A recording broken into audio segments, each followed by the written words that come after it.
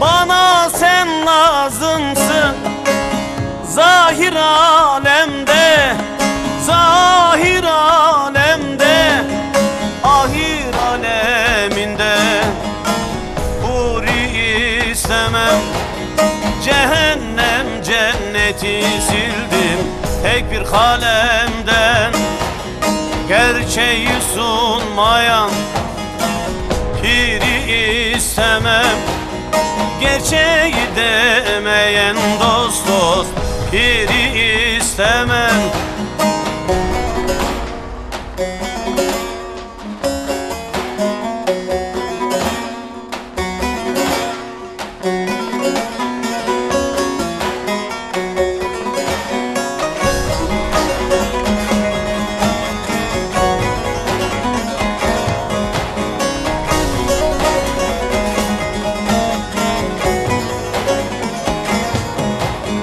Aşka düşenlerin yanması gerek, yanması gerek. Bülbülün dalına konması gerek. Yar kokusu cana sinmesi gerek. Kokusu sinmeyen gülü istemem. Kokusu sinmeyen dost dost gülü istemem.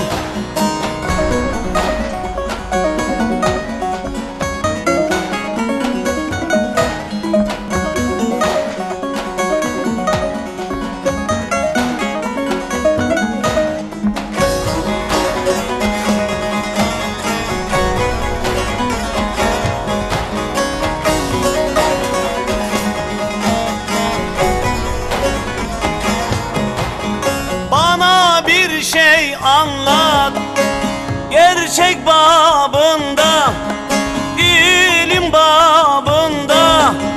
Hurafe dinlemem hal otağından. Ölüm haktır ama sağım solumdan. Ölü gibi duran dost dost biri istemem. Ölü gibi duran dost dost biri istemem.